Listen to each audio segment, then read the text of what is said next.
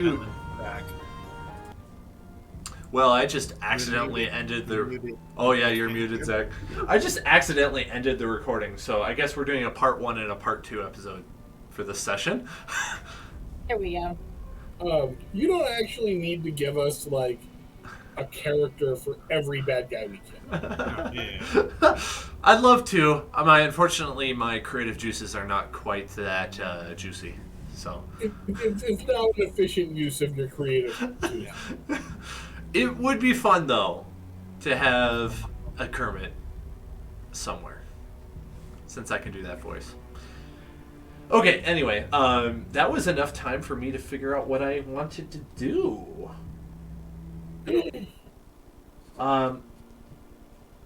Within a few minutes of traveling along the path, it's clear to you that you have walked away from this aura. Elvira, the 10 minutes elapses, and you feel this gradual peace setting in as you get further and further away from this trail of death and blight or whatever it was. If anyone wants to do a nature check to kind of understand what it was that you guys discovered, you're welcome to. I know you've already done one, but now you have a little more information, so. Oh no, a 13 this time? Hard to really glean much more, but it's definitely very deadly to life, because it both killed plants and animals.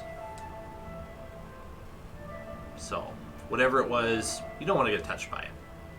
Nope. Yep. Right. Which was pretty We much are able to make it around it? Yes, you make it around, and by the time your 10 minutes of detect magic has elapsed, you surmise you're away from the danger by now. At least that cool. danger. You're still in Chult. But Raka says that it's not far now. Temple is very close. Less than, they don't have a unit of time. I'd say probably about 15 minutes is what he describes. And you start seeing the occasional block of like quarried or chiseled stone off to the side here and there. Something that looks quite out of place for the jungle that you've been traversing through. And as you get closer, the stone gets more and more regular. You actually find that you are now walking on a cobbled path instead of just dirt. It's slowly started becoming more and more prevalent, and before you really know it, a few minutes later, you're walking through a well overgrown city or village or city or town. It's hard to tell at this point. Single story buildings made out of that chiseled stone, quarried stone.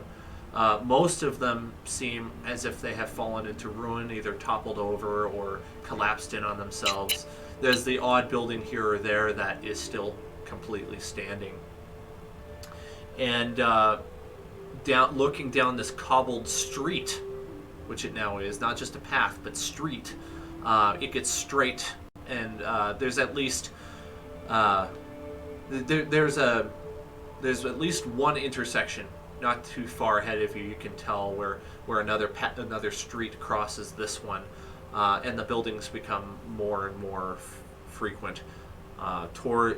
As you journey in, you see an area that is still relatively well cleared, with a looming figure. I'll let you decide what you want to do. That way I don't presume too much, but yeah. I want to take out the amulet and see if I'm getting any kind of reaction from it. Oh, okay. I think that'd be probably Arcana, would be my guess. Okay. By the way, when I do bring up the next map, it's a little bit inconsistent with what I'm describing, but just like I didn't make the map, so it doesn't perfectly. Is there any way I could like I rolled an 11, but I'd like to look at it and like, Look at it and say what? Elvira, Oh, can you help me with this? I don't. This kind of magic isn't so much my thing. I think that's reasonable. Can I give him advantage on his Arcana check and cast Detect Magic?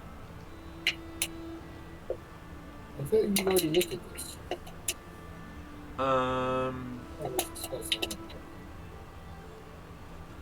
Well, so first I'll see if can I give him. Those are two advantage separate on actions, Arcana? so yeah, you Okay. could, because they're two separate actions.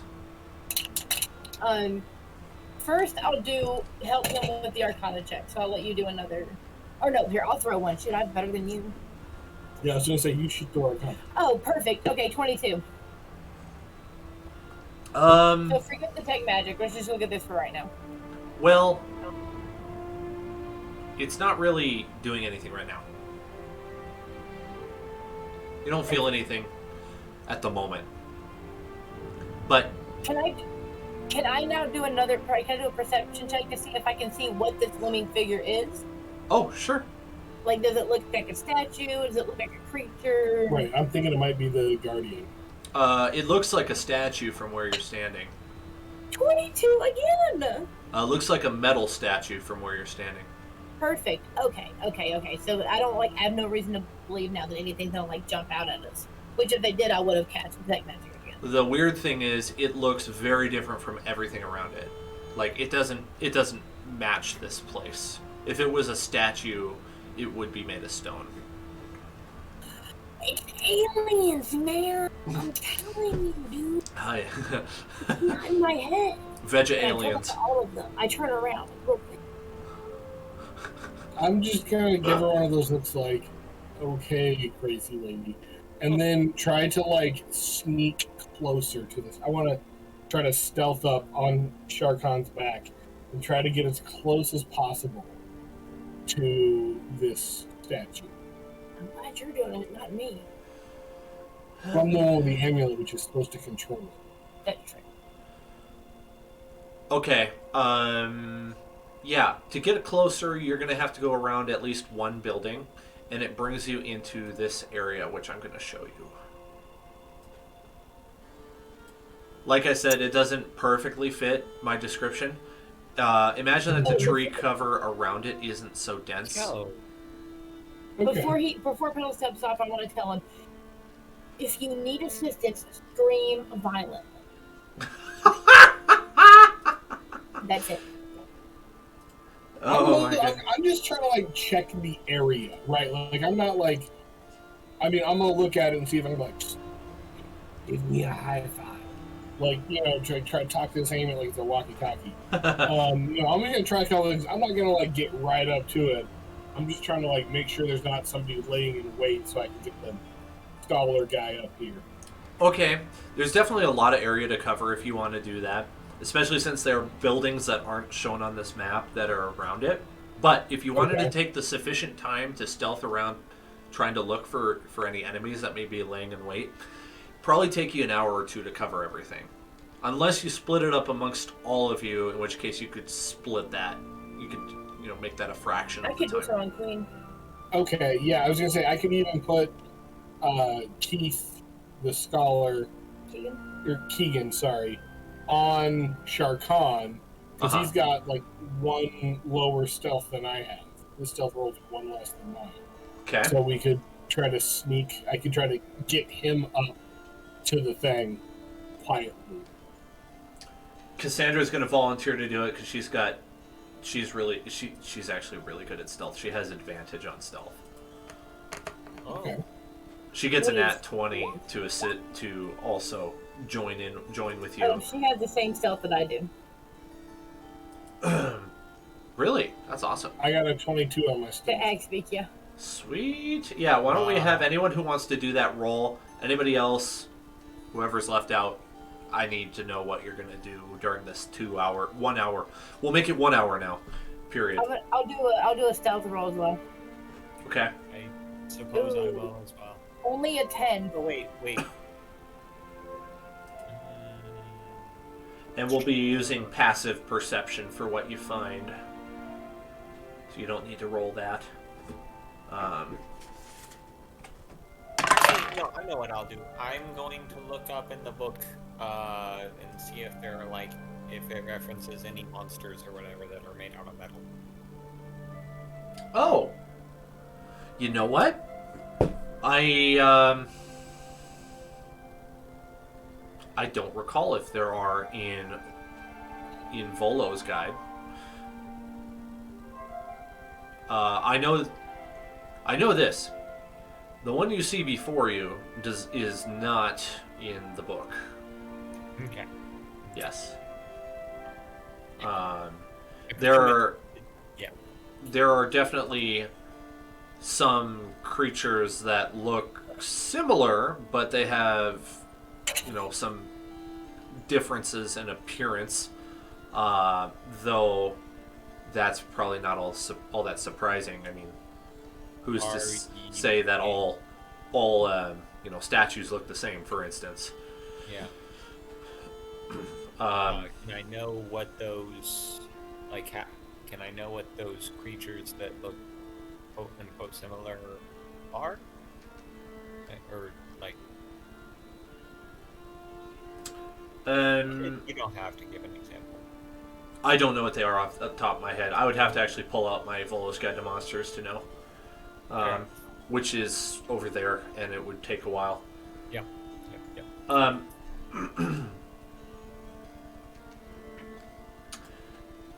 About a half an hour of your stealthing around, peeping in buildings, checking under trees. There's some low. The trees around here are kind of short. They definitely have grown up here since the place fell into ruin. So it's definitely more new growth compared to the rest of the jungle. About a half hour goes by. Nobody's found anyone or anything until Elvira and Queen end up walking around the corner and encountering this. One of these. It's about 10 feet in front of you. Standing. Yep. Standing holding a spear, looking at you blankly. You're not sure if it's alone or not. You don't see any others.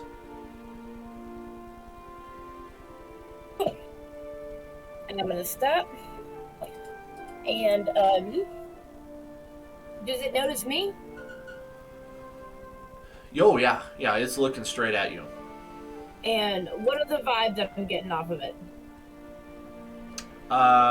Do an insight check, or I mean, from the book that from the did the book contain?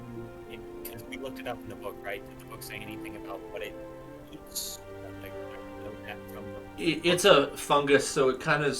Remember in the Stargate campaign when I described the myconids standing up basically on rotting stuff and kind of absorbing it? It's kind of like that. Was that all? That's all you know. There's lots to know, but you don't know it just because the information's either incomplete or inconsistent or incorrect. Yeah. So I did insight for 16.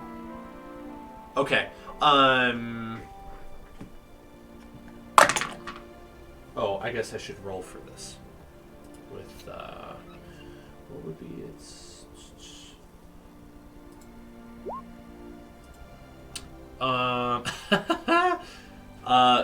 It fails to conceal its true intentions. And you're surprised that it's actually... There's no malintent written on its face or anything. It does have a face. It's confused. It doesn't know what you are or who you are, and it is. You can see the gears turning in its head as it's trying to decide what to do quickly. Do you think there's any way I can? I guess I don't know. See if we can scare it off. You could try intimidating it. Huh? You could try intimidation. Yes. So while it's confused, I want to jump and son of a gun. 11.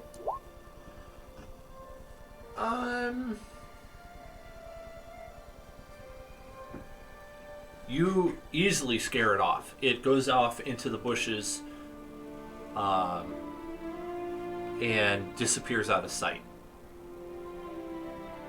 Okay, I still want to pause, and I don't know if you want to do like passive perception or perception roll, but just kind of like pause and see if anything else comes up. I think that'd be active since you're asking me. That's true.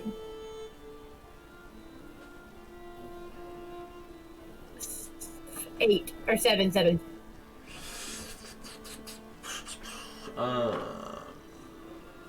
Why did I close that page?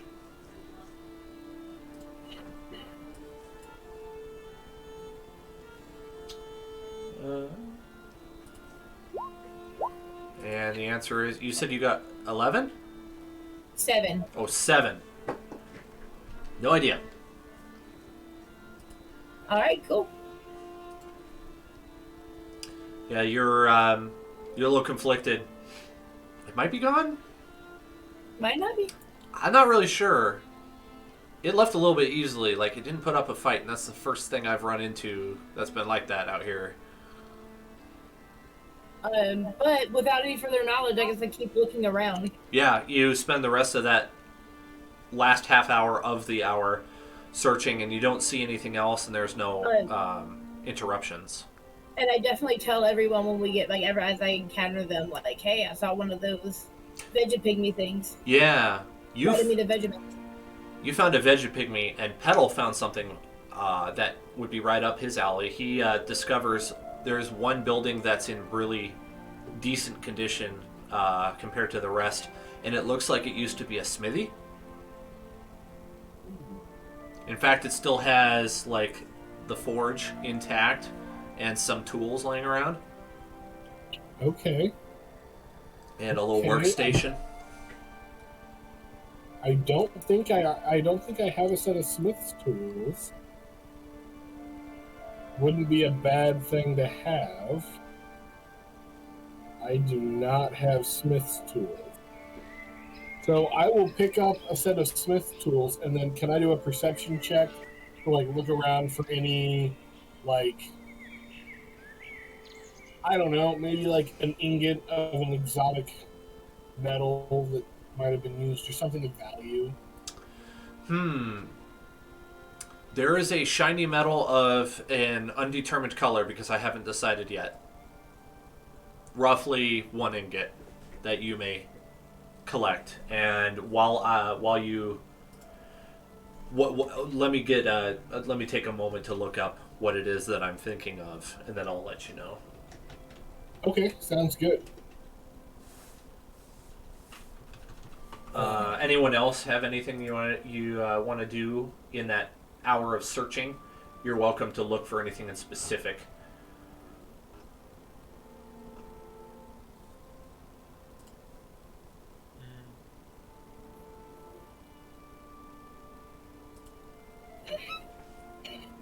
Is that a no? No, I'm good. Yeah. If I quite the adventure this time. I'm always keeping, like, an eye out for Vegapygmies now, though. Okay, the ore you found, or not ore, sorry, the ingot you found, important distinction there, is of both a silver and a gold color. Oh, silver and gold. Silver and gold, yes. Can I do a quick investigation to see if I know what that means? Sure. Do you have much knowledge of that kind of metallurgy or anything like that? Would there be any reason, backstory-wise? I only have Smith's tool, like, proficiency in Smith tools. I could change it later, but no, just aside from, like, assessing value and like knowing what good treasures, and if it's a coin metal, or if it's used for any like exotic coins, I might know it. But outside of that, I wouldn't have any particular use. I did get a 19 on my investigation check. Okay. This is electrum. Nice. 1 full ingot of electrum. Nice. You see all the tools that were around it used to actually forge that electrum. There's some remnants of ore left around that were used, they smelted it into the original metals, gold and silver, and then they combined them into that alloy. But there's really nothing much else left around. That seemed to be like kind of tucked underneath, kind of covered in dust and stuff, so it's no surprise that it's been there and nobody's taken it. It's not really easy to find. Okay. Okay, well, I suppose you guys were gonna gather together after you do your little search, eh? Mm-hmm. I'm gonna tell him about the little vegetable creature I saw. Okay. Well, don't die.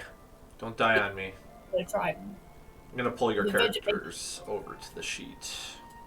Give me 1 moment. Man, you got quite the party going now. You got 6 people. All right, I'm gonna put you down here. Let's turn on.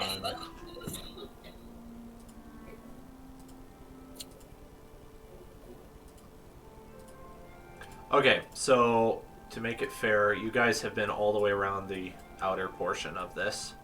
So anything that you would have seen around the outside, you would see now.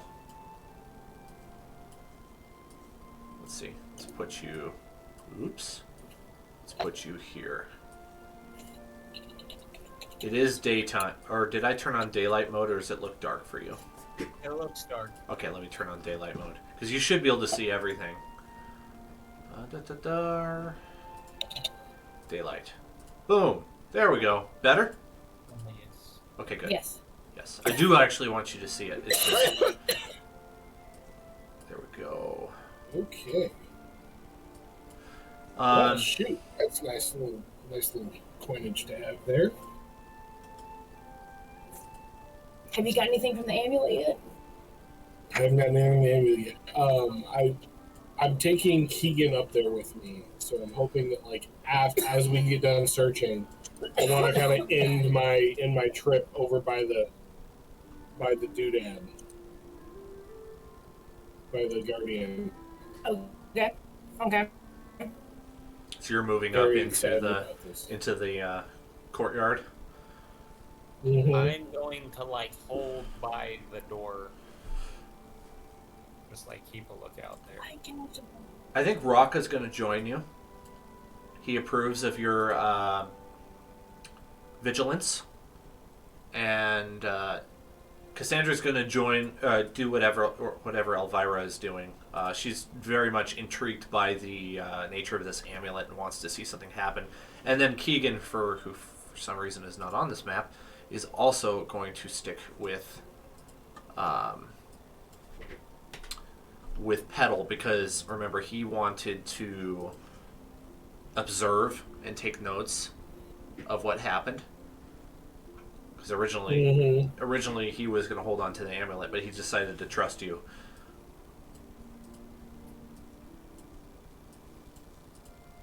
All right, what do you do? What would you do? I'm gonna get right up. If I don't see any threats, I'm gonna get right up to it and bust out the amulet. Like, all right, Keegan, how do we make this bad boy work? Okay. Give Well, Keegan a high five. he says, well, we should take a moment and take note of anything that may be written on the... I don't know what to call it. The Guardian? We should check and see if there's any inscriptions on it. All right, you look at the directions. I'm just gonna watch. I'm gonna look at other stuff. Okay. Let's do a perception check to see if we can find any writing or markings at all on the Guardian. That's a 9 for me. uh, you find something and you point it out to him, and he says, "I think that's probably more battle damage than writing, but it's an interesting find nonetheless." I do see. Listen, man, I only speak like 4 languages. You are quite the linguist. That's true. That's true. Um, you're having a bad day for languages, unfortunately. It do be like that. He finds some. The only inscription he finds is written in almost like a circle. Imagine like Tony Stark's core in the center of his chest. There's a spot like that on Vorn, in the middle of his chest plate and his torso. Would the amulet fit? Absolutely, it's the right size and shape to fit in that hole. And there's an inscription around it, and it's you actually would have been able to read it. It's just written in common, but you didn't see it yet. It just says, "Whoever places the amulet shall have control of Vorn," something like that. Well, if that's what it says, I'm gonna pop that bad boy in the ghost slot and see what happens. Petal hasn't done anything impulsive for like 3 sessions. So, in order to reach, you might have to jump or step up on something, but I'm going to assume that's not a problem. Yeah, come on, give me a boost. You slap it in there, and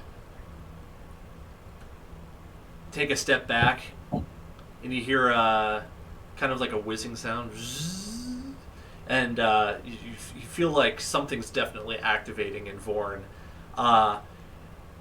And how do I not like make a ton of cultural references with this? I was about to go make like the Transformer sounds, like boy, as it Lean into it. It starts moving. It stands up straight. It had been kind of in a slouch from being stuck in kind of like a hole for the last 100 years. It definitely had been kind of swallowed up by the earth a little bit. It's kind of ankle deep in some mud. It just rips that foot right out. Not blood. Mud clogs go flying everywhere and hitting you in the face. Steps down solidly. Just this dust comes off.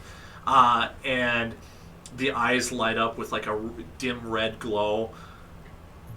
And it stands at attention looking at you, Petal. "Command me, master." Oh, that's so cool. Y'all okay in there? Oh, yeah, we're killing it. Are you alive? You're asking Vorn if it's alive? Is that what you... Oh, did we lose Zach? Oh, we lost Zach! Yes. Oh, there we go. Okay. Zach, you're cutting in and out a little bit. Because the Petal doesn't have a clue. There we go. Okay. So you're I'll turn off asking... my videos. Okay. Yeah, it was just breaking up a little bit. So you're asking him if he's alive, and he says, "Vorn is not alive. Vorn is Shield Guardian." Why is he speaking in like that? Vorn is a Shield Guardian. He does speak in third person. Vorn is at your command. Can't resist his curiosity. He's gonna like leave his post at the door and like head inside. Yeah, I'm gonna poke my head outside and be like, "Everybody, did it? Come on. Actually, come on." I'm going to slightly change how I have him talk. I'm going to make him sound a little more like Jarvis because it makes more sense. Okay. It's like, would you like to run or would you like me to make an inquiry as to my construction, master? Yes, what you said. Do that now. He gives you a detailed account of how he was created. He was created with some by somebody who had some very very strong arcane talent. He was built many hundreds of years ago in a place that you have not heard of. He mentions a name, very, very distant. Sounds like he's had multiple masters. He's been through lots of battles. Um, the last of which didn't end so well for his master. He also informs you that if you die in combat, um, and the amulet is still in his chest, he is sworn to do whatever it was you last commanded him to do. But if you die with the amulet in hand, while he is still technically bound to you but not under control because the amulet's not there, he will stand awaiting the next master's arrival. Okay. Um, ca what are your capabilities Um, aside from being big and a badass? Like what like specifically are you good at, and what are you bad at? What are your strengths and weaknesses? This is a job interview. But you've already got the job, but I'm doing the interview anyways. Melody. Right. you are welcome to look at this full handout since you now have him. So his best strengths are strength, constitution, and wisdom. Surprisingly, he has 142 hit points with an armor class of 17. He can move at a speed of 30 feet. Immune to poison. Immune to charming, exhaustion, frightening, paralyzation, or poisoning. I already said that one. He has blind sight of 10 feet, dark vision of 60 feet, passive perception of 10. Understands commands given in any language, but I'm going to say he can speak. I'm changing that because I think it makes more fun. Yes, he's bound to the amulet. If the Guardian is within 60 feet of the amulet wearer, half of any damage the wearer takes is transferred to the Guardian. So I've already kind of described it as the amulet's in his chest. So we'll ignore the wearer part. But basically, you being master, if you take damage, he'll take half, rounded up. Oh, that's cool. That's very cool. Let's see, what else? Yeah, he was created by some sort of a spellcaster. He's linked to the amulet by a magical force. There's only one amulet that controls him, and if it's destroyed, the shield guardian is incapacitated until a replacement is created.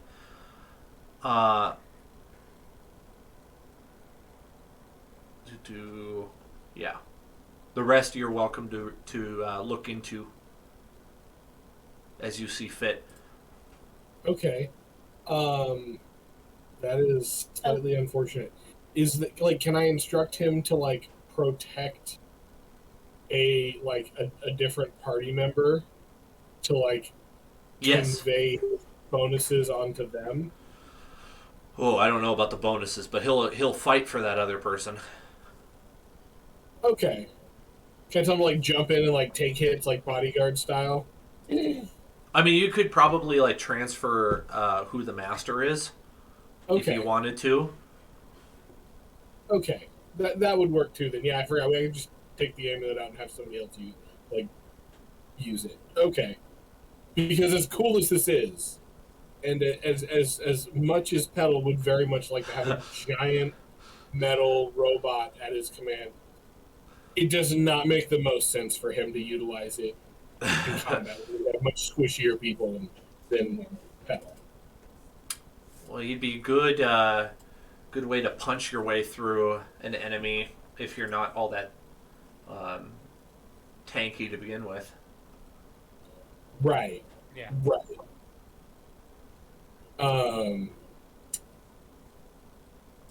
Plus, you've like added a robot to your menagerie. Yes, yeah. I don't need another guy to command during combat. I already have a shoulder monkey, a drag, a large iguana, and a tiger. Yeah. It's at this time that it would be important to mention that you hear a little bit of a kerfuffle going on and in walk not just Vegapygmies, but also some goblins. They're coming in from different directions. They do not attack. Okay, Oh, this is where we do it. I would like to make a performance check to try to come up with some sort of like elaborate ceremony in front of these goblins that like communicates that I am the authority of the guardian. Yeah, Performance check, please. if Never get to ask for that one. hey, can I Go ahead, Eli. You got does it. anyone have like thaumaturgy? I wish. I rolled a 3, so I got a 6 total. Do you want to role play what it is that you do, or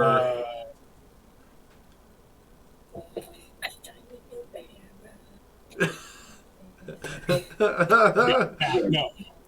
Thinking that it will make me look cooler, I'm gonna have him like get down on one knee so that I can sit on his shoulder, and then like have him stand up so I'm like lording over the goblins and everybody. But like I'm not gonna do it right, and I'm gonna go flying off the back. We'll get there. We'll good practice. And we're like pat him on the back, like good practice. We'll work on it. He's with me. I feel like Guy and Elvira and everybody else can hear like Petal try to drop his voice like an octave, half an octave. Right. He's To sound more, yeah. He's with whatever. me. Petal tries to do a J.K. Simmons impression.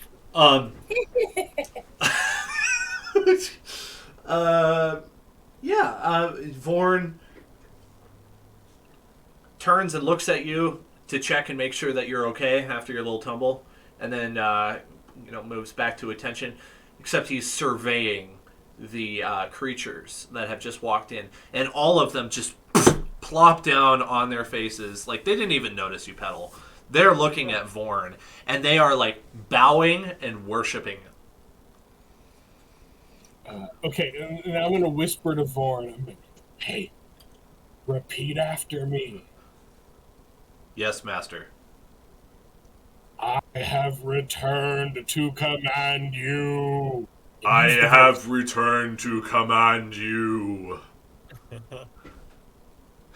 The creatures go, oh! And start making sounds. Okay, honestly, I didn't expect it to work, so I don't really have much after this point. What do we want these goblin army? Yes. Mobilize the goblin army. Mobilize the goblin army. And the goblins stand up, and they don't like salute or anything, but they bow real fast, and then they draw their weapons and they charge the Vegapygmies.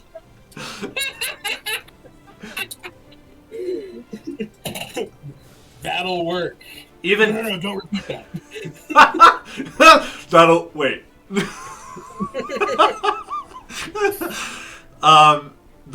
The fight is over quite quickly as the Vegapygmies wipe the floor, and the goblins are KO'd. They are. I mean, mobilize the Vegapygmy army. And they go. And they make a whole bunch of noises. They line up in single file for some reason and run out the door. And you hear them go. You hear the clash and bang of battle as they are fighting something out there. Perhaps we themselves. should go see what they're fighting. Come on, let's go. You lead the way. Let's go see what they're fighting. Let's go. You're in charge. You go out there and you find that I have not put the tokens on the map, and that it is just a group of grung that were stirred and came to see what was happening at the shrine of Vorn. And they're taken completely aback because been a treaty between the three of them that there's no fighting here at the shrine. But now the Vegapygmies are openly attacking the Grung, which has made them just terribly angry. And so the Goblin too. well, the goblins didn't even get time to complain; they just died. We just started a riot, y'all. Like, we didn't even command an army. We've already. Oh no, I've started jihad. I accidentally did a jihad, guys. I accidentally did a jihad. I'm sorry. Accidental jihads. Never heard of those before. I don't think anyone's gonna mind. Ah! Except for the treaty signers.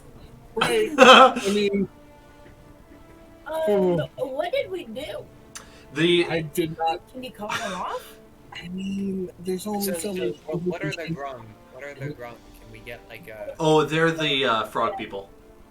Oh, the frog people. Yeah. Okay. The frog people were also mean to us. They really were. Yeah. I'm not And saying. the Veggie Pygmy was not mean to me. Um, So never mind. Well, we know that the Kenkus think the Veggie Pygmies are a threat, and we're cool with the Kenkus, so. It is World War One, y'all. Who started World War One? Okay. Cold War One. What if? So while the extermination of the Grund is going on in the foreground, a little team meeting here. What if we just tell them to guard this place, this holy site, and to not attack, like to help to not attack the Kenku, right? Our Kenku friends. So they just say like, hey, they're on our side. Help. Ooh, what if we tell them to help the Kenku? Just be like, help the Kenku defend their village. What if we live in harmony? Yeah, live in harmony with our Kenku allies, and we will return when Vorn will return when you are ready to complete your destiny. Ooh, I like it. This is good. We're gonna stop a genocide. This is gonna be fantastic. They are goblins, though, and Grung, and also Vegapygmies. I mean, Yeah, why this. not just let them kill each other? I don't know. Seems evil. This way, we get our friends some backup, and they'll still fight the Grung and the goblins, just only when they come after our allies. you guys are talking, Okay. and I mean, I guess you're the one with the answer. I mean, I don't know. No, that makes sense. This is just yeah. my thought. I mean, I guess we could just set them on the warpath against all goblins. But that seems a little evil. Yeah. Well, I mean, you're not wrong. You're not wrong. I'm just saying, like, fighting goblins myself, that seems morally no justifiable. idea if that was audible. Pretending to be a deity and sending one group on a holy crusade against another group. Hey, I mean, Three other groups. it's genocide. You hear this? That sounds not good. yeah, I concur. The fighting has stopped outside, and the Vegapygmies come flocking back in the building. Yeah. There's only 3 of them left. Vorn, do you know what that was? He doesn't respond. Yeah. Okay. Bummer. Everybody, new plan. Everybody hide. And I do immediately. As you command, Master, and he goes. Oh, he's not stealthy at all. This is going to be interesting. I'm gonna hide in this corner over here. I want to hide somewhere where I have like a view. Like, is there like a dilapidated window I can look out of? Can I like peek around the corner? Yes, there's definitely a building that you could sit in that has a window pointing out, for sure. Okay. You know, I think I'm gonna stay where Where's Cassandra hiding? She's gonna stick with Elvira. Raka will come with you, Guy. Oh. And Keegan will stick with you as well, wherever you want to go. Alright. I'm thinking... The three of you are thick as thieves. Just don't start stealing. Yep. Let's go in this indent right here. This indent looks like it has like a little place beneath it where we can like huddle up. Vorn Stay up. is like behind a half wall, stooping, but he's still too tall. Okay. That's fine. I mean, he's probably not at risk of dying anytime soon. Right. If anything, my backup plan was to tell him to hold still and then hide behind him.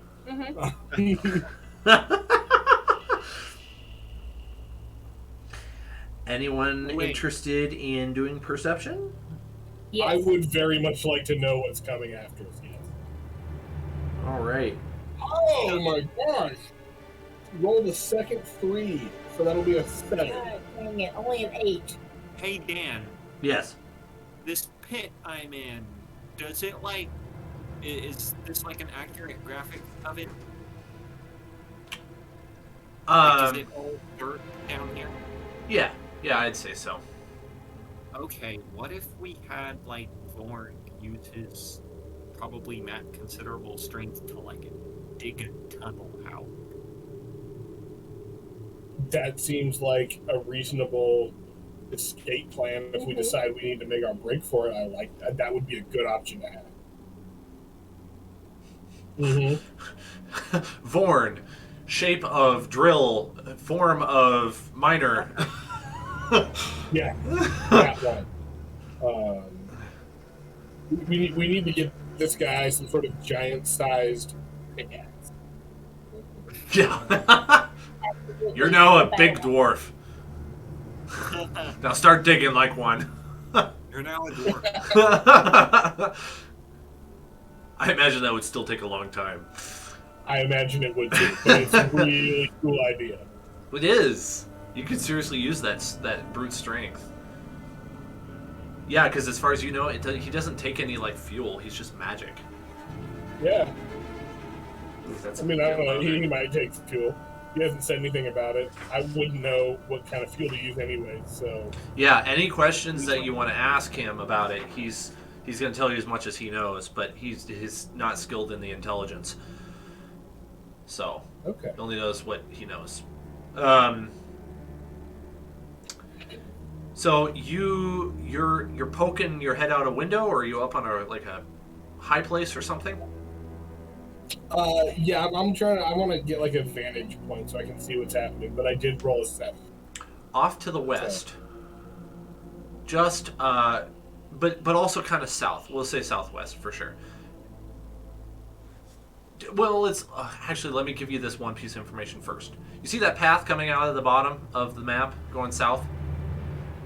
That is the path that you followed to get into this clearing. And to the southwest, there is... that's where the sound came from. And you see a dark aura moving its way towards you.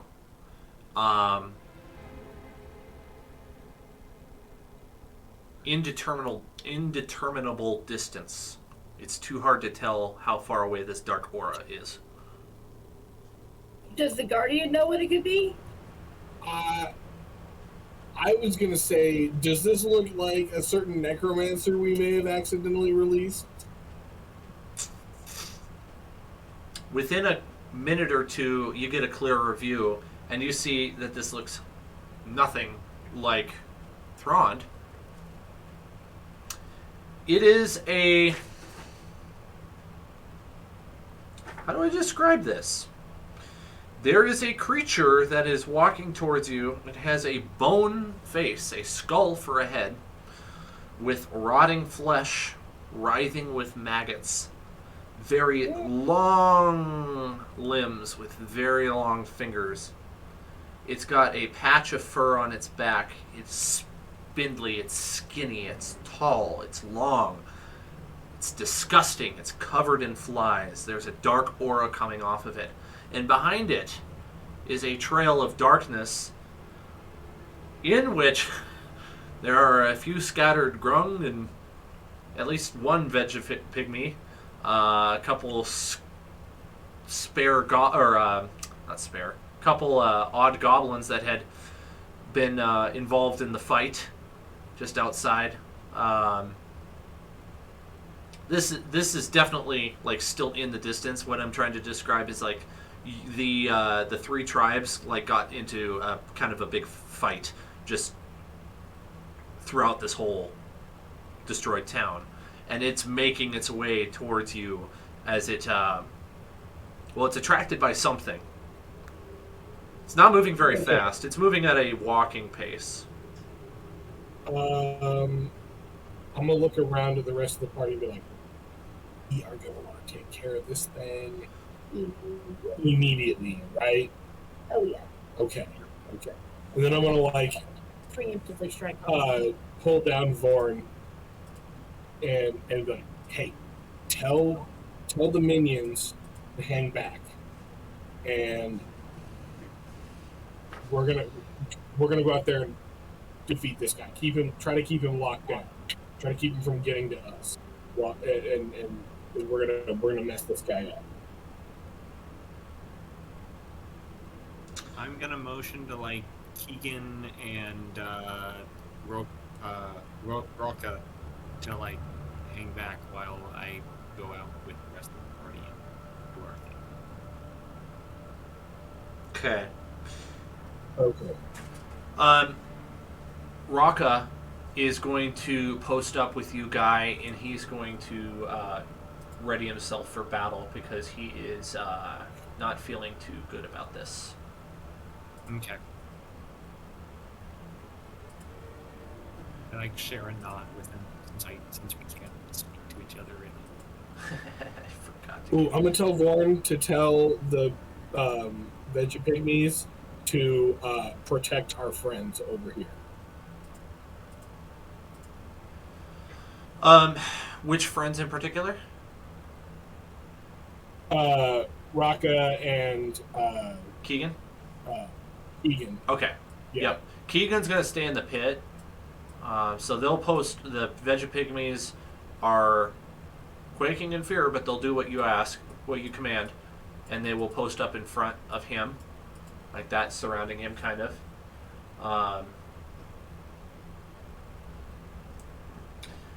The creature is still approaching you at a walking pace. It's unclear to you whether or not it sees you. We're going to say it's 100 feet away. So you have time to react if you wish. Okay, I'm going to immediately go to Volo's Guide to Monsters and start just flipping through the pages. There's like nothing in here that looks even similar to this. This is something that's unknown for certain. Well, shoot. Yeah, it's you cannot glean It's what not in this the is. book, guys. It's not in the book. Oh well. Guess Volo was lying when he said he knew every monster, or exaggerating. We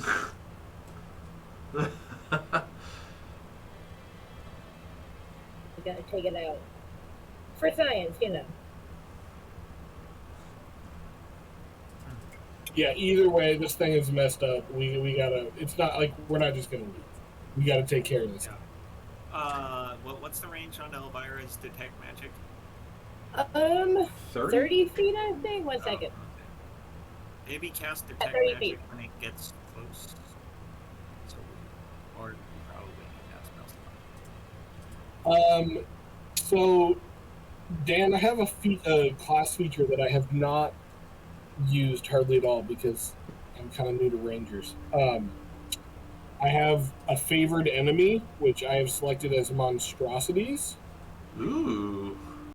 And it says I have advantage on survival checks to track my favorite enemies as well as on intelligence checks to recall information about them.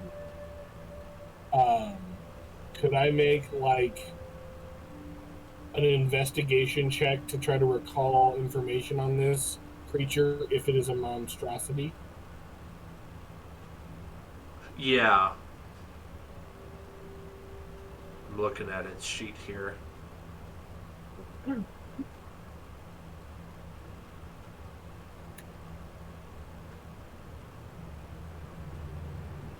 Oh, I forgot to mention, they have vulture wings. This has vulture wings as well. Well, this is getting more and more terrifying. Right, this is just more nightmare food. Grotesque. That's kind of an important detail to leave out. Yeah, what was your check? I didn't see it. Oh, I hadn't rolled it yet. I wanted to make sure that it was a monstrosity first. Oh, sorry, I may not have made that clear. Yeah, go for it. That'll be a 16. It's not exactly a monstrosity, but you do kind of get a feeling that this may be a creature from... it's not a different plane.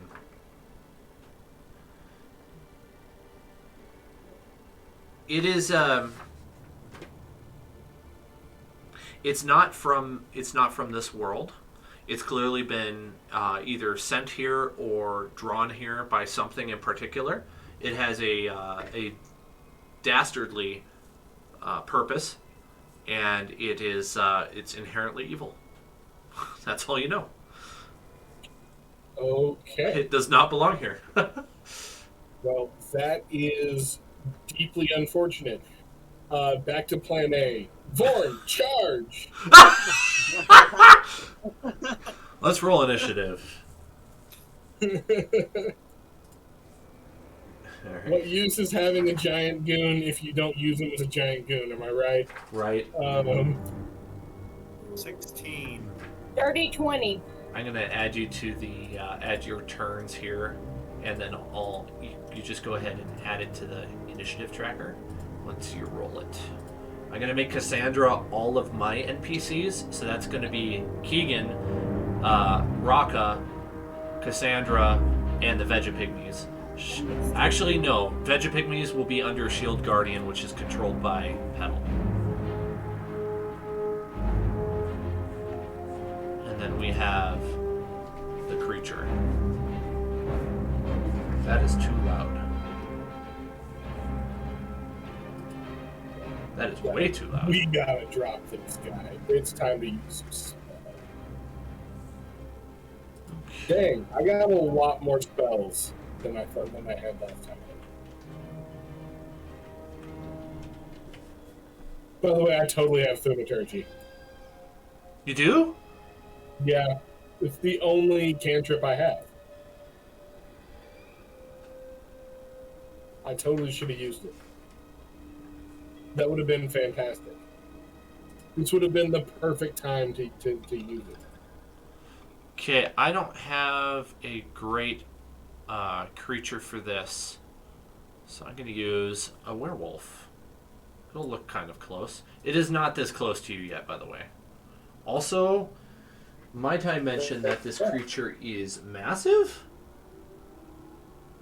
It's not massive. It's large. So it's going to take up 2 spaces. Or 4 spaces, Okay. I mean. So it's the size of Vorn. It's the size of Vorn, yep. Good. Dan, did you give me temp HP or did I accidentally do that? I don't think I did. Okay.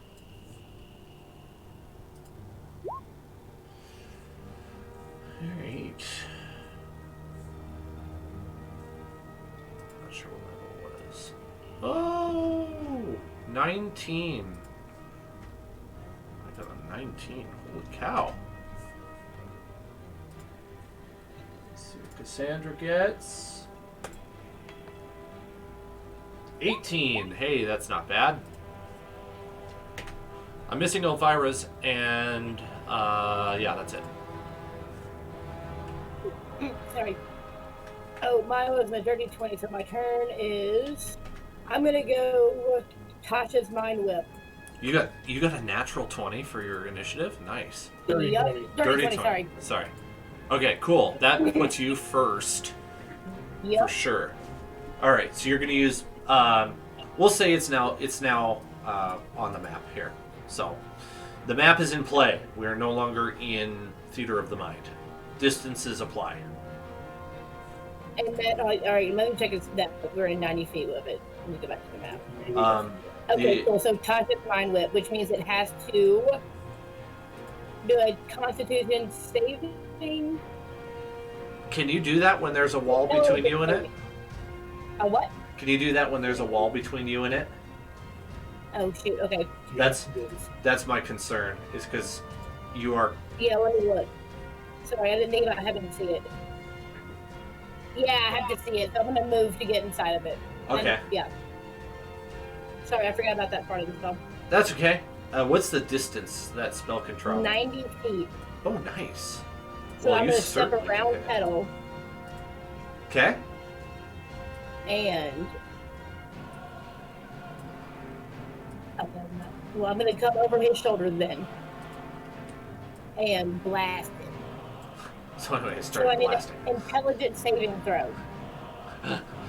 Intelligence saving throw. Okay. Yes.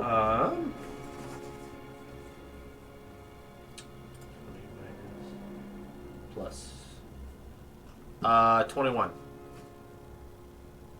Okay, so it beats that. Okay. Well, the fail save the target, then they can't take the reaction until the end of the next. Remember, the next turn it must choose. Successful save.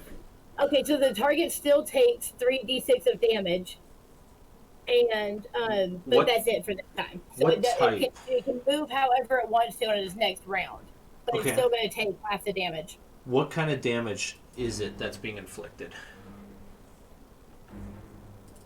And psychic damage. So half of 9 is, I don't know how you want to do that. Just you want to do it 4? Yeah. Right. Okay, so 4 points of damage. Okay. I need to. Why can't I see my? Oh. Hang on a second. I needed. Why is this so difficult? So, if you just wait for this, you get to more deep.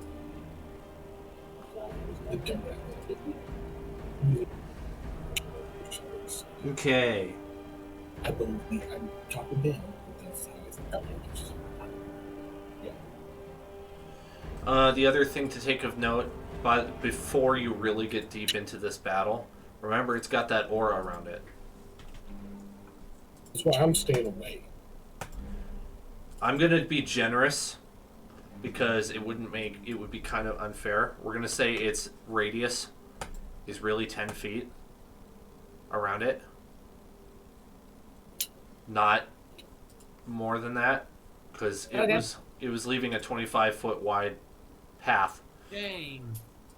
Oh, that's leaving a 25-foot wide path.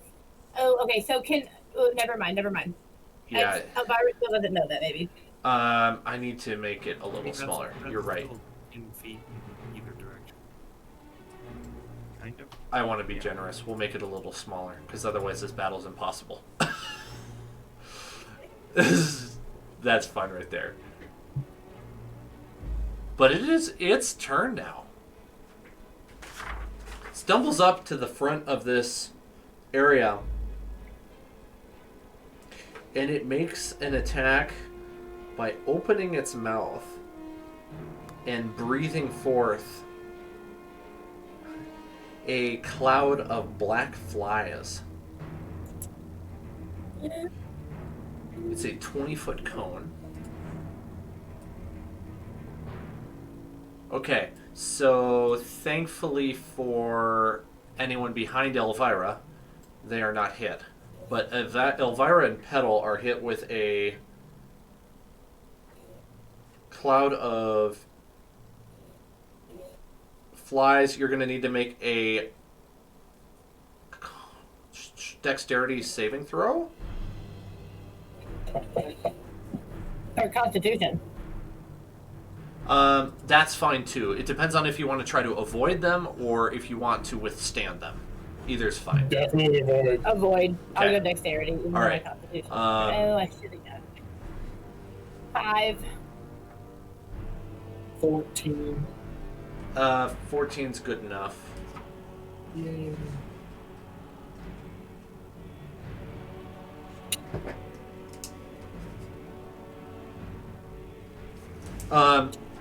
You're gonna take 10 piercing damage, Elvira. Petal Yeah. manages to stumble into right out of the cone Nice. and is protected from the flies, which are now buzzing around Elvira's head. Oh, this is the worst. You're also picking up a condition effect of... Where is it?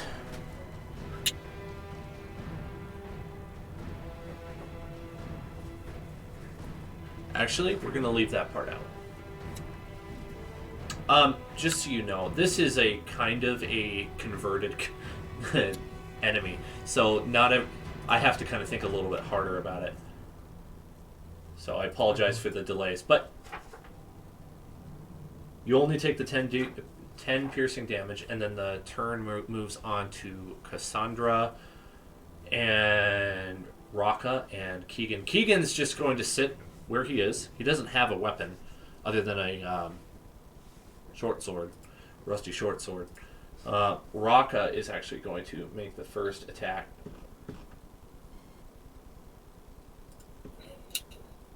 Okay.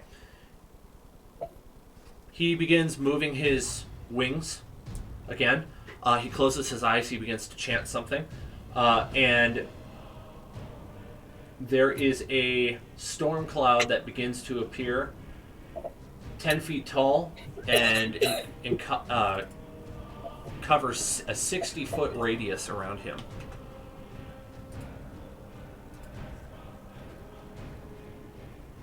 I say we run, y'all. I say we run. This is Raka doing this, just so you know. And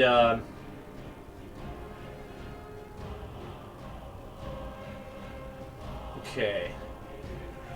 He says something very direct and pointed, and a lightning bolt comes out of the cloud and strikes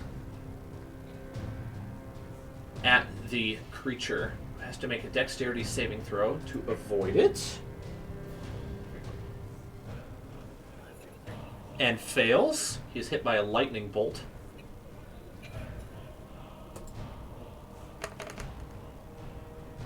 Holy cow! 25 lightning damage, and it was a critical. Yeah, man, lightning storm. Dude. Raka just hit this thing for 50 damage. Dang. Yeah, boy. The lightning hits the creature, and it electrifies, and all of its joints like stretch out, and it goes just shaking back and forth, and there's like disgusting flies and maggots like flying everywhere. Its flesh is getting severed by the lightning bolts, just coursing through its body.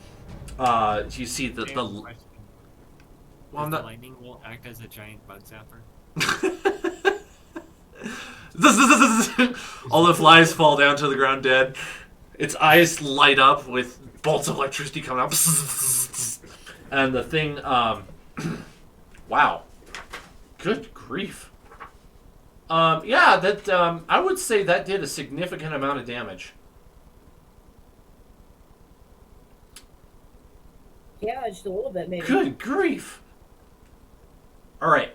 Here's the downside of that. If he misses, he might hit one of you guys. So, better make this fight end quickly. Cassandra is going to move to the open window and cast Frostbite. I had something written in Latin for an enchantment, or for an incantation, but I neglected to open it up. He's going to make a Constitution saving throw. Fails and takes 8 cold damage. Okay. The turn passes to Guy with Pedal on deck.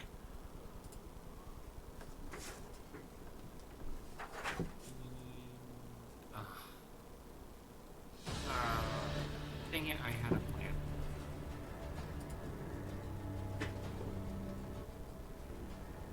Alright. I'm going to use my long bow.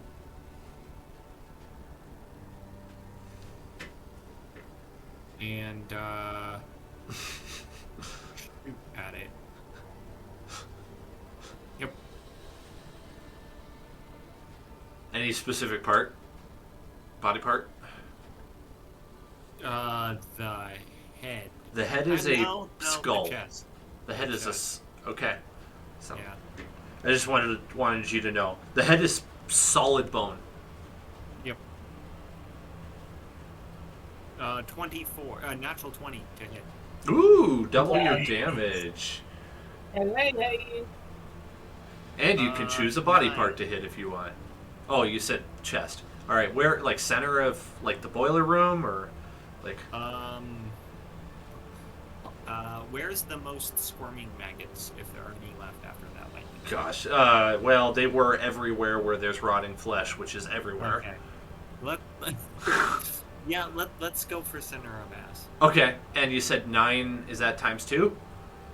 Nope. Well, what do you mean times? Sorry, that was a dumb question. It's an odd number, it can't be times 2. You do 18 damage is what I should say. Well, I rolled 2 dice. Yeah, but you get to multiply by 2 because you get a critical. Okay, so in that case it would be 15 damage. Oh. Okay, I won't argue with it. 15 damage. And then I attack again. Because I get 2 actions. Oh, that's right. Because you level Yeah, up. boy. I miss. That definitely misses. I'm sorry. Yep. Okay, and that's my turn.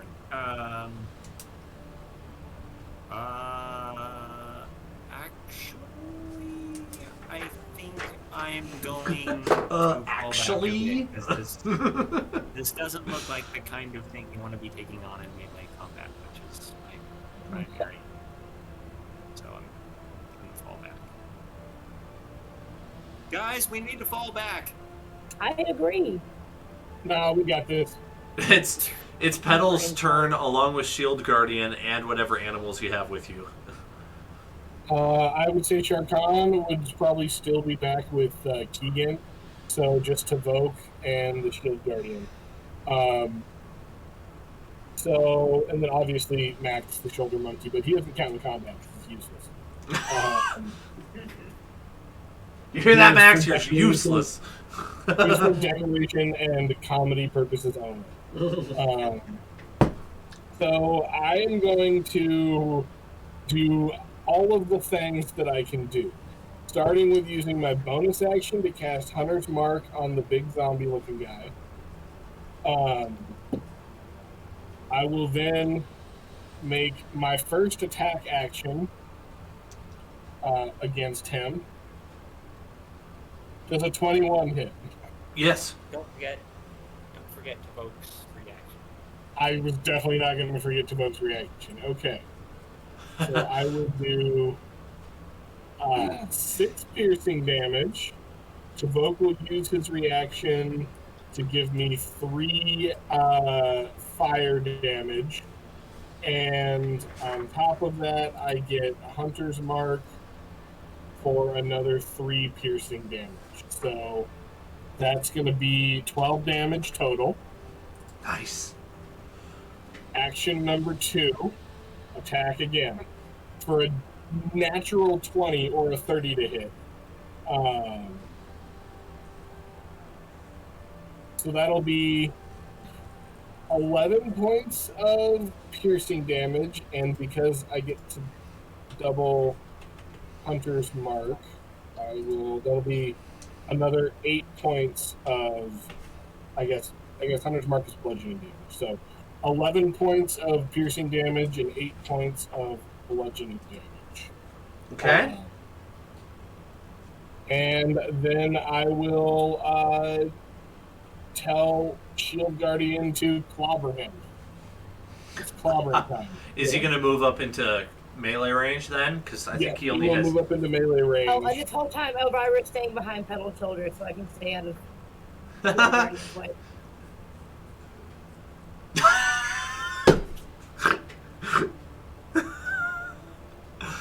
Okay. Yeah. I want to see. Oh, you can't move the Shield Guardian, can you? Because I didn't. I can't. No. Yep. Let me fix that. Oh. Petal, What? I can't go give you. back. Okay. Apparently, I can't give it to you. But where would you like it? Why don't you just ping where you'd like him? Just dead center. I want him to like. Right there. We're talking straight up Godzilla fight. Just two big guys going at it. in the Kaiju middle. Jaeger fight. Let's do this. Right. Mortal Kombat. All right. Robot versus your monster. You have a choice between multi-attack or fist. Obviously, one's better than the other. Oh, let me pull up his options here. You also have a reaction with the shield, by the way. This is our first character with a reaction that I know of, I think. Oh, but he has to be within Oh, 5 that's feet right. of me for me to do that. Okay, I'm just gonna make 2 fist attacks with the multi-attack. Okay. You will... 7 to hit. Yep, +7 to hit.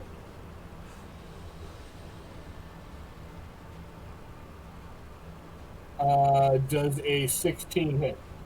It just misses. Just misses. Okay. Do better than a 9 for a 19. So does a 26 hit? It just hits. I'm exaggerating a little bit, but it hits. Okay, fantastic. That is 2d6 plus 4. Okay.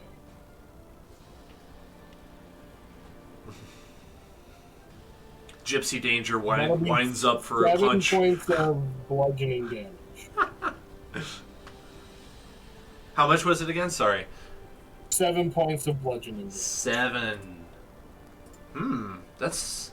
I think that was a little bit less than I was expecting. But you know what? He Yeah, can't. me too. Right. He is He's a a rather first hit, so. powerful creature. I didn't hit the first fist attack, and I rolled a 1 and a 2 on my damage die. Ooh, So yeah. this is almost as little damage as could possibly. Vorn like comes charging into battle. Boom! Just clocks him right in the face. The creature's bone face kind of like rattles, and it gets smacked over to the side, and it turns. It looks at him and goes. It is Elvira's turn unless the Shield Guardian moves. I am ready. Alright, we're gonna do one more time Tasha's Mind Whip. So intelligence saving throw, please.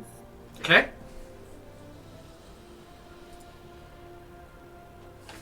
Um, 12.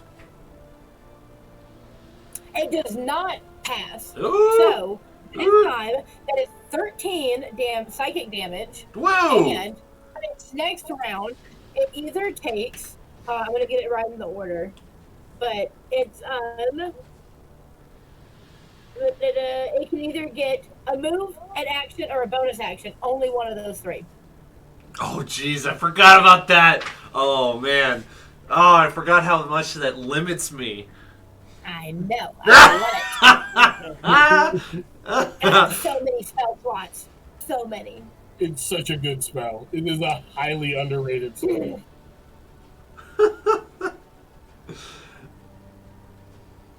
Okay, all right, sounds good. Is that the end of your turn there, Elvira? Yes. Okay. All right.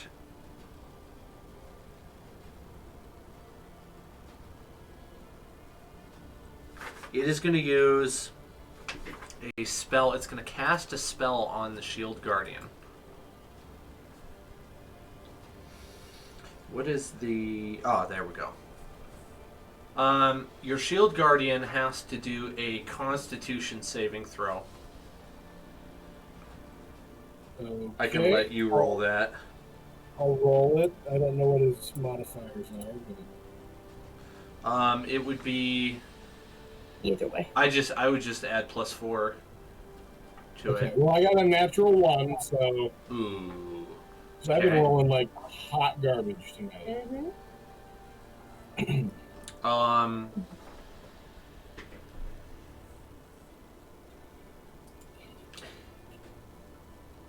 Well, the creature casts something on Vorn. Vorn gets a critical failure, but also succeeds at the same time because he is not able to be diseased. It's just not possible. Take that, Mook. The creature looks at Vorn with disgust and has to pass the rest of its turn because it only gets one action. Yeah. That brings us to Cassandra and Raka. Raka is going to attempt to hit again with his... Don't hit Vorn! Yeah, don't hit Vorn. I don't imagine it would do a ton of damage, but yeah, you don't want that, that's for sure. Okay, it is a dexterity saving throw, that's right. Luckily with Tasha's Mind Whip, it's like whatever I'm looking at, so it's not going to accidentally hit somebody else, because that would suck. Yeah. Ooh, creature fails big time.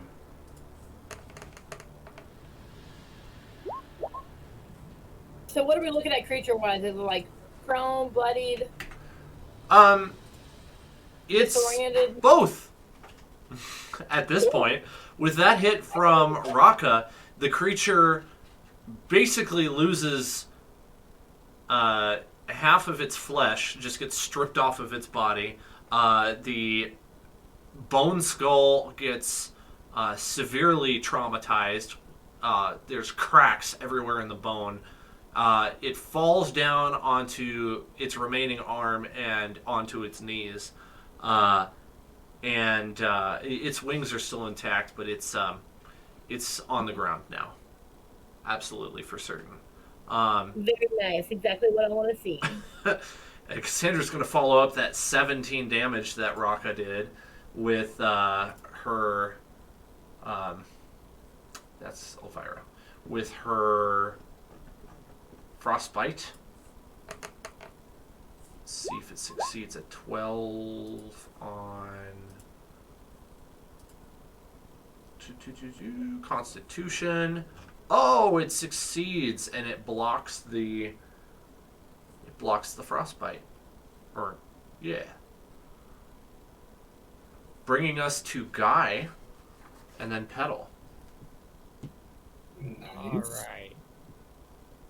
Since the shield guardian is now between that thing and everyone else, Guy is gonna move up 1, 4, 5, 6, that's 30 feet, and attack the sucker with more arrows, because he's not quite in melee. I just saw that meme you texted me. That's hilarious. I thought you might like that one. 10. 10 does not hit. Okay.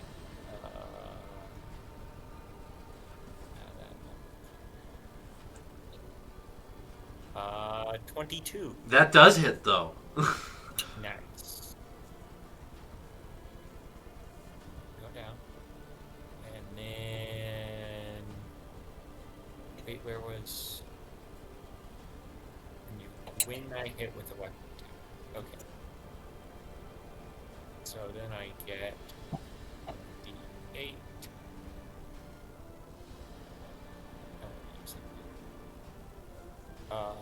That is 8 piercing damage.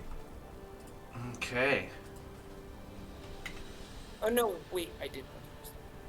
Oh, is there a mistake? You can re-roll if necessary. That is 12 piercing damage. How do you want to do this? Oh, I kill it?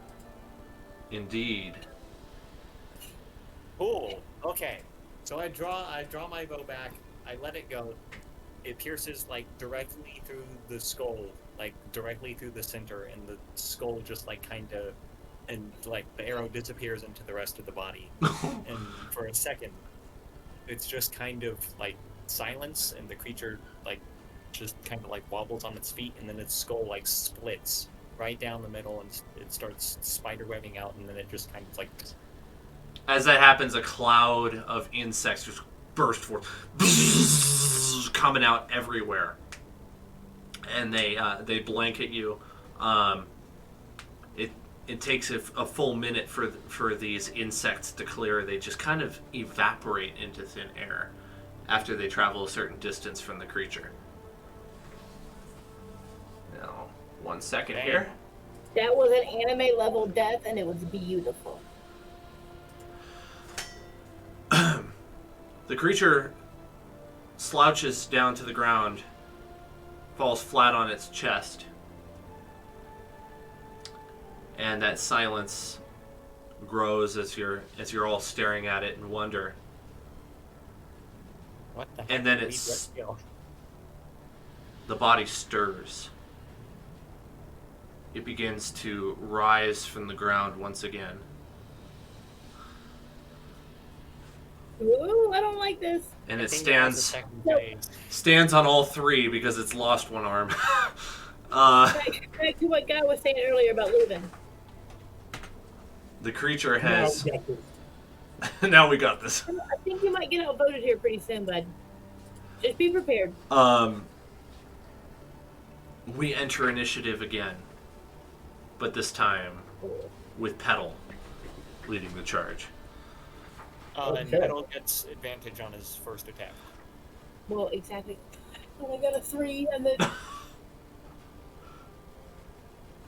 on my initiative. Oh no, we're gonna keep that same initiative. I just meant. Okay, cool. Yeah, we re-enter the battle with Petal first because he was the next player. Yeah, sorry about that. Does a 21 hit? It does. Right. By the way, this thing is completely missing its face. It's completely erased thanks to Guy. How much damage? Excellent. I like that. That will be 13 points of piercing damage. Okay. 1 point of fire damage, courtesy of Tavok's reaction, and 1 point of bludgeoning damage for Hunter's Mark. This is starting to sound like Pathfinder with all the modifiers. Attack number 2. 26 to hit. That hits. That's a solid hit. 11 points of piercing damage from the bow, and 5 points of bludgeoning damage from Hunter's Mark. Okay. What does Vorn do? Vorn is going to make 2 fisticuff attacks. Wait, is this thing still prone? Yeah. Oh, then doesn't he get advantage? Oh, I suppose he does. I forgot about that rule. So many rules. That's good, because at first I rolled an 8, and then with advantage I rolled a 15. So 15 plus 7, 22 to hit. That hits. And it's 2d6, right?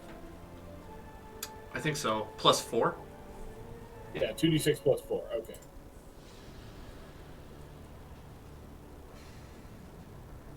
First attack does 13 points of damage. Wow. Second attack for a natural 20. Oh my. Oh my. 46 plus 4.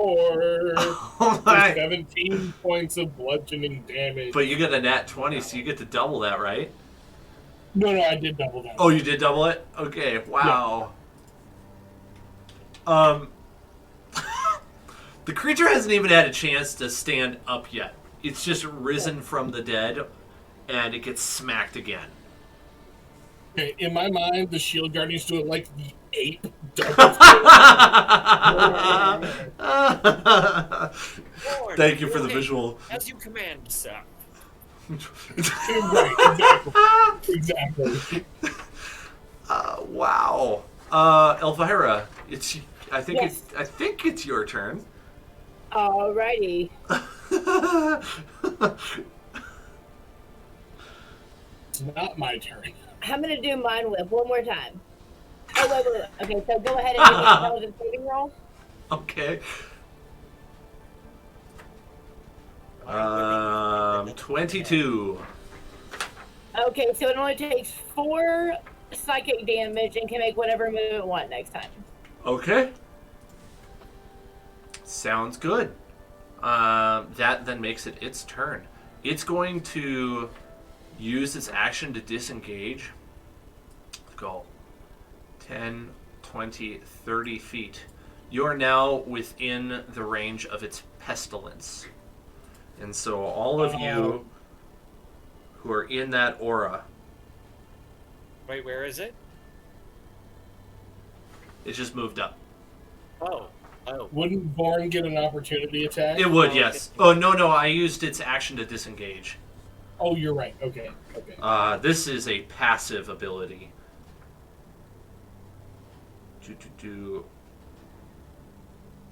It doesn't do anything at the moment. It's just say it's dependent. It's dependent on the next move that it does. So you're fine for right now. Nothing happens to you. You are at a disadvantage for something, but it doesn't apply yet. That ends its turn and brings us to Cassandra and Raka. Cassandra's going to loose Frostbite again. Con 12. It succeeds. She misses.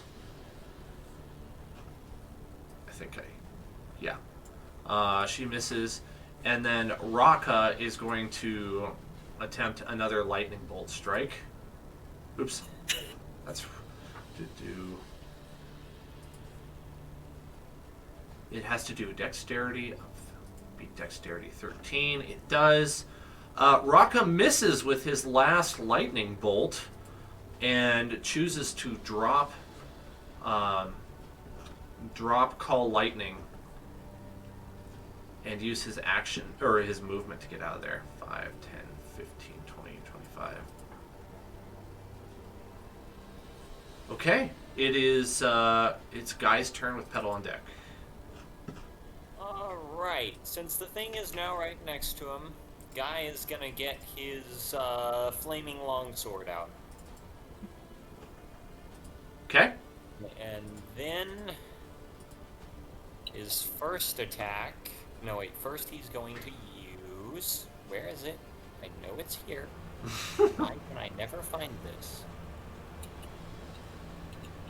Give me one fainting attack. There we go. So he's going to use his bonus action. And I don't see how passing out is going to help you. No. I know. I'm just kidding. Passes. Making dumb jokes again. Not you. Okay. Bonus action. Yes. I have advantage on my attack roll. Which is good because. Oh. 10. For your attack roll, Yeah. it doesn't hit, unfortunately. Yeah. Okay. Attacking again with that ability. Oh no, wait, I can't because it costs a bonus action. So that is a 9 to hit. Nope. Okay, I'm going to use Action Surge and attack 2 more times. Holy cow. 6. Nope. Get all those bad rolls out for the first 3. And a 12. No. What? Okay. Wow, this aura must be really messing with Guy's mind. Yep. He's We flustered. He's not unfortunate, used to sir. having so close. Very unfortunate. I'm sure you will be Yep, okay and though. I can't do anything else. Okay. Yep, that's my turn. That's Petal's turn then. All right. I'm going to take the attack of opportunity and retreat 10, 15, 20 feet back here. I don't like the look of that horrid nonsense.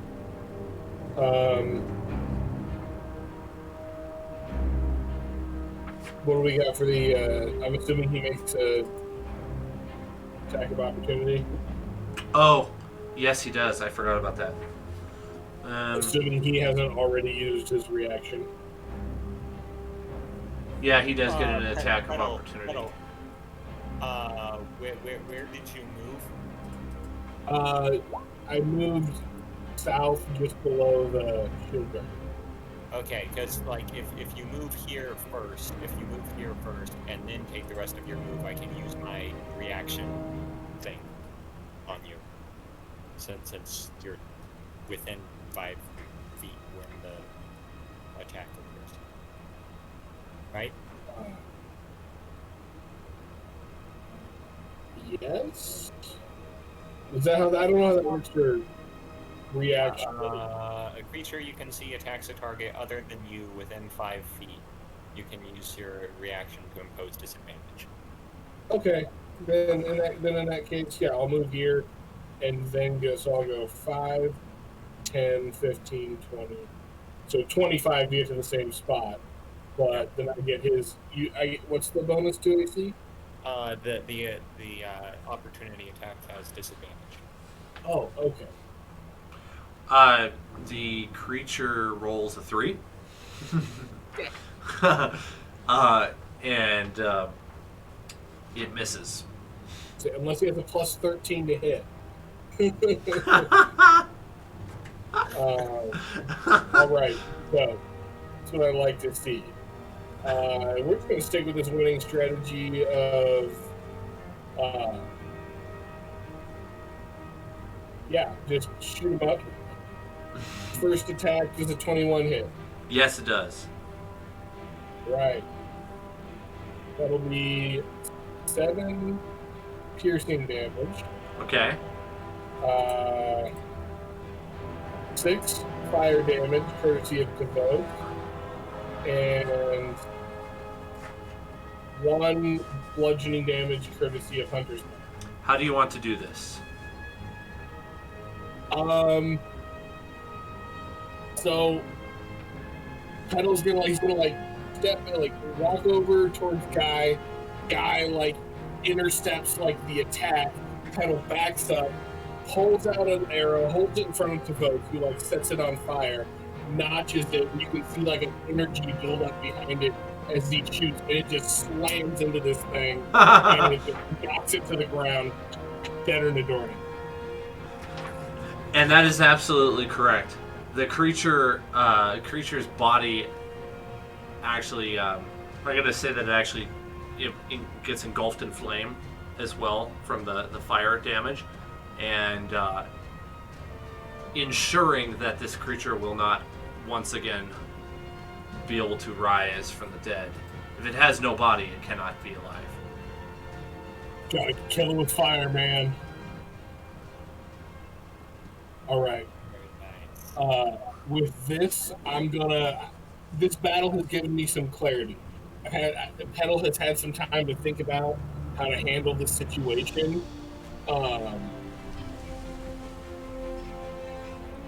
And he tells Vorn to tell his people, we have defeated the evil enemy. Gather all of the faithful to this place so that I can give you a mission. So I can give you your destiny. Maybe some rewards too for being faithful. So, Yes, and so you're having obviously rewards. Vorn gather the faithful. I'm telling him to tell the other minions to gather the Oh, faithful. okay, gotcha.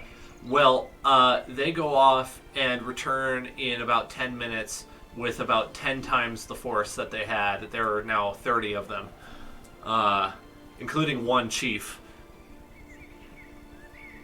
And they bow before the awesomeness of Vorn and chitter away in whatever language it is that they speak. I'm going to tell Vorn to tell them the Kenku, our allies, have helped us to defeat this evil enemy. Go with them, learn from them, help them, and Vorn will return when it is time for you to fulfill your destiny. Yeah. 1 point of inspiration for helping the Kenku tribe Yeah. in an awesome way. And let me find where on the stat block the XP is for this.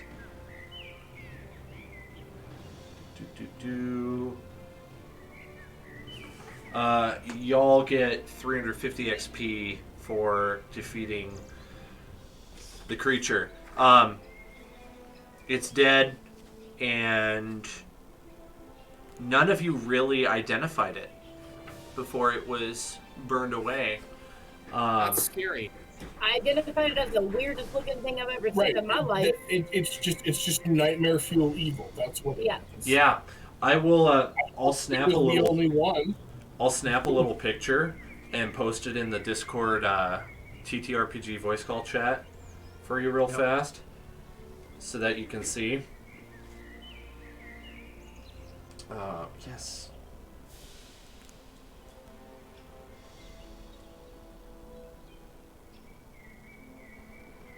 Okay. It'll take a second to upload. Sorry, my upload speed's terrible.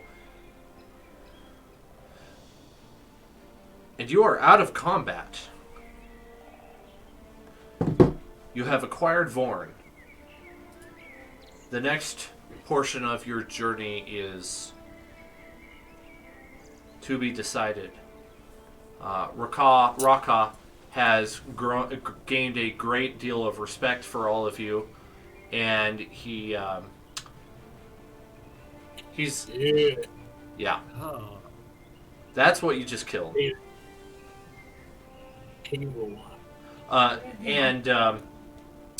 That was my best attempt to use a creature from the Pathfinder 2nd Edition Bestiary in D&D 5th Edition. So I did change some stats on the fly, but it worked pretty decently, I think.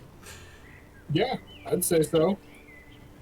Definitely want to put a little more effort into it. This was just something I came up with real quick before the session. I was like, oh, that would be pretty awesome if they ran into something like that. That was pretty awesome. And terrifying. Mm-hmm. What did you think of it rising from the dead? That was very scary. That was a good element. I was not prepared for that one. Right. We can call it there for the night, but let's decide what you like. Are you guys going to Camp Vengeance next time, you think, or do you want to try something else? Because that was my vote. on the agenda, I know. Probably head back to the Kinku. Well, I mean, the Kinku village is on the way to Vengeance, right? Yeah. We gotta swing by and get the plucked monkey too. Yeah, we gotta go back. Seeing as we took a wrong turn. Raka wants to become part of your party. He's really impressed. He offers to be your guide.